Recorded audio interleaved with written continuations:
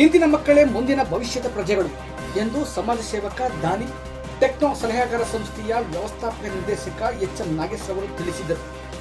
ಚನ್ನಪಟ್ಟಣ ನಗರದ ಸರ್ಕಾರಿ ಬಾಲಕಿಯರ ಪದವಿ ಪೂರ್ವ ಕಾಲೇಜು ವಿಭಾಗದ ಪ್ರೌಢಶಾಲಾ ವಿಭಾಗದ ಸಭಾಂಗಣದಲ್ಲಿ ಆಯೋಜಿಸಲಾಗಿದ್ದ ಮರಿಗೌಡ ಚಾರಿಟಬಲ್ ಟ್ರಸ್ಟ್ ಹನುಮಾಪುರ ದೊಡ್ಡಿ ಇವರ ಆಶ್ರಯದಲ್ಲಿ 79ನೇ ಸ್ವಾತಂತ್ರ್ಯ ದಿನಾಚರಣೆಯ ವಿಶೇಷವಾಗಿ ನಗರ ಹಾಗೂ ತಾಲೂಕಿನ ಎಲ್ಲ ಸರ್ಕಾರಿ ಶಾಲಾ ಕಾಲೇಜು ವಿದ್ಯಾರ್ಥಿಗಳಿಗೆ ಹಾಗೂ ಅಂಗನವಾಡಿ ಮಕ್ಕಳಿಗೆ ಸಿಹಿ ವಿತರಣಾ ಸಮಾರಂಭಕ್ಕೆ ಸಾಂಕೇತಿಕವಾಗಿ ಚಾಲನೆ ನೀಡಿ ಮಾತನಾಡಿದರು.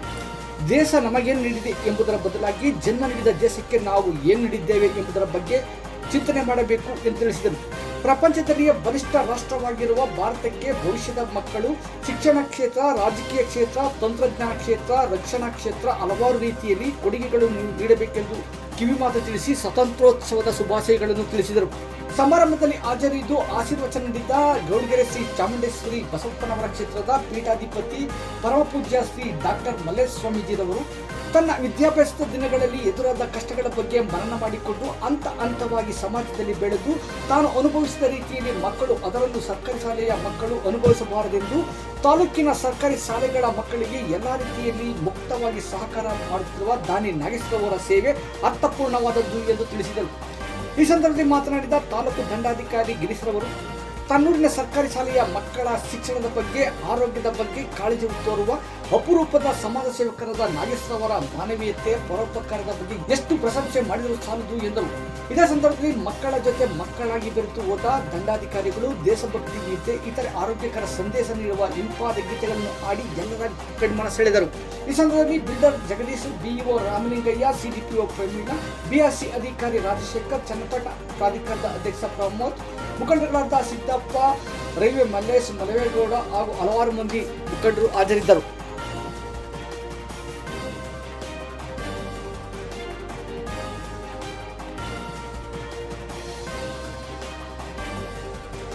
ಎಲ್ಲರಿಗೂ 79ನೇ ಸ್ವಾತಂತ್ರ್ಯ ದಿನಾಚರಣೆಯ ಶುಭಾಶಯಗಳು.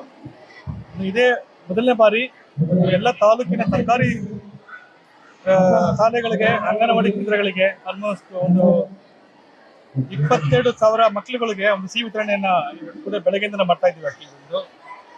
ಇದೇ ಮೊದಲನೇ ಸಾರಿ. ಇದೇ ತರ ಪ್ರತಿ ವರ್ಷ ನಿಮ್ಮ ಎಲ್ಲಾ ಸರ್ಕಾರಿ ಎಲ್ಲಾ ಸ್ಕೂಲ್ಗಳಿಗೂ ವಿತರಣೆ ಮಾಡ್ತೀವಿ ಅಂತ ಹೇಳ್ತಾ ಕಂಟಿನ್ಯೂ ಮಾಡ್ಕೊಂಡು ಹೋಗ್ತಾ ಇರ್ತೀವಿ. ಟ್ರಸ್ಟ್ ಉದ್ದೇಶ ಹಿಂದೆನೇ ಹೇಳಿದ್ದೆ, ಶೈಕ್ಷಣಿಕ, ಆರೋಗ್ಯ ಕ್ಷೇತ್ರ, ಈ 2 ಕ್ಷೇತ್ರ ಬಿಟ್ಟು ಇದರಲ್ಲಿ ಎಲ್ಲ ಏನೇನು ಶೈಕ್ಷಣಿಕವಾಗಿ ಏನೇನು ಬೇಕು, ಸ್ಕಾಲರ್ಶಿಪ್ ಇರ್ಬೋದು, ಅಥವಾ ನೋಟ್ಬುಕ್ ಇರ್ಬೋದು, ಅಥವಾ ಇಂಡಿಪೆಂಡೆನ್ಸ್ ದಿನ ಮಕ್ಕಳುಗಳಿಗೆ ಒಂದು ಸಿಹಿ ವಿತರಣೆ ಇರ್ಬೋದು, ಅದನ್ನ ಮುಂದುವರಿಸ್ಕೊಂಡು ಹೋಗ್ತೀವಿ. ನಾಳೆ ಇದೆ ಆಕ್ಚುಲಿ ಯಾರು ಒಂದು SSLC IAS ಮಾಡ್ಕೊಂಡಿದ್ದಾರೆ ಅವ್ರಿಗೆ ಒಂದು ಲ್ಯಾಪ್ಟಾಪ್ ಕೊಟ್ಟು ಅವ್ರಿಗೆ ಒಂದು ಉಪಯೋಗ ಬರುತ್ತೆ ಅಂತ ಅಂದ್ಬಿಟ್ಟು ನಾಳೆ ವಿತರಣೆ ಮಾಡ್ತಾ ಇದ್ದೀವಿ. ಆಲ್ರೆಡಿ ಪಟ್ಟಿ ಮಾಡಿದ್ದಾರೆ.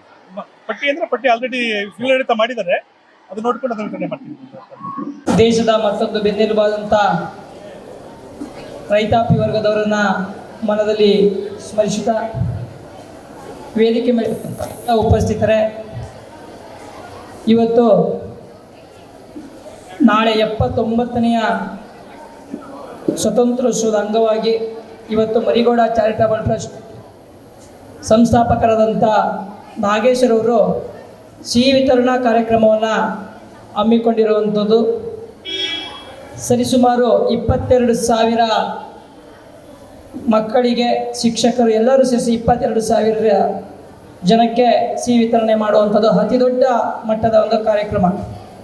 ಈ ಕಾರ್ಯಕ್ರಮದಲ್ಲಿ ಎಷ್ಟು ಅರ್ಥಗರ್ಭಿತವಾಗದೆ ಅಂದರೆ ನಿಮ್ಗೆ ಇವತ್ತು ಗೊತ್ತಾಗಲ್ಲ, ನಾಳೆ ಈ ವೇದಿಕೆ ಮೇಲೆ ಬರುವಂಥ ಸಂದರ್ಭದಲ್ಲಿ ನೀವು ಕೂರ್ತಿರಲ್ಲ, ಅವತ್ತು ನಿಮ್ಗೆ ಗೊತ್ತಾಗ್ತದೆ.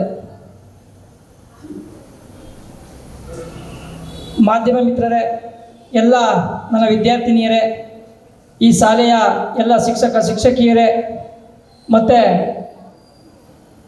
STMC ಅಧ್ಯಕ್ಷರೇ, ಸದಸ್ಯರುಗಳೇ, ಈ ಕಾರ್ಯಕ್ರಮ ನನ್ನ ಪ್ರಕಾರ ಅರ್ಥಗರ್ಭಿತವಾದ ಕಾರ್ಯಕ್ರಮ. ನಾಗೇಶ್ವರವರು ತಮ್ಮ ಚಾರಿಟಬಲ್ ಟ್ರಸ್ಟ್ ವತಿಯಿಂದ ಸಾವಿರಾರು ಮಕ್ಕಳಿಗೆ ಬುಕ್ ವಿತರಣೆ, ಪೆನ್ನು, ಬ್ಯಾಗು ಎಲ್ಲ ವಿತರಣೆ ಮಾಡವ್ರೆ. ಅವ್ರ ಉದ್ದೇಶ ಒಂದೇ, ಅವ್ರ ಮಗಳು MBBS ಓದ್ತವ್ರೆ. ನಮ್ಮ ಚನ್ನಪಟ್ಟಣ ತಾಲೂಕಲ್ಲೇ ಒಂದು ಹಾಸ್ಪಿಟ್ಲ್ ಓಪನ್ ಮಾಡಿ ನಮ್ಮ ತಾಲೂಕಿಗೆ ಆದಷ್ಟು ಸೇವೆ ಮಾಡಬೇಕು, ಆರೋಗ್ಯ ಇಲಾಖೆಯಲ್ಲೂ ನಾನು ಸೇವೆ ಮಾಡಬೇಕು ಅಂತ ಅವರ ವಿಚಾರ. ಅವರು ಮತ್ತು ಅವರ ಶ್ರೀಮತಿಯವರು, ಮಗಳು ಮತ್ತು ಮಗ ಮತ್ತು ಜಗದೀಶ್ ಅಣ್ಣವರು ಇವ್ರ ಕಡೆಯಿಂದ ನನಗೆ ಆತ್ಮೀಯವಾಗಿ ಪರಿಚಯ ಆದಂಥದ್ದು. ಒಂದಿನ ಕುತ್ಕೊಂಡು ಹತ್ರ ಹಂಚ್ಕೊತಾ ಇದ್ರು. ಮಕ್ಕಳ ಇದು ದುರುಪಯೋಗ ಅಲ್ಲ, ಸದುಪಯೋಗ ಪಡಿಸ್ಕೋಬೇಕು.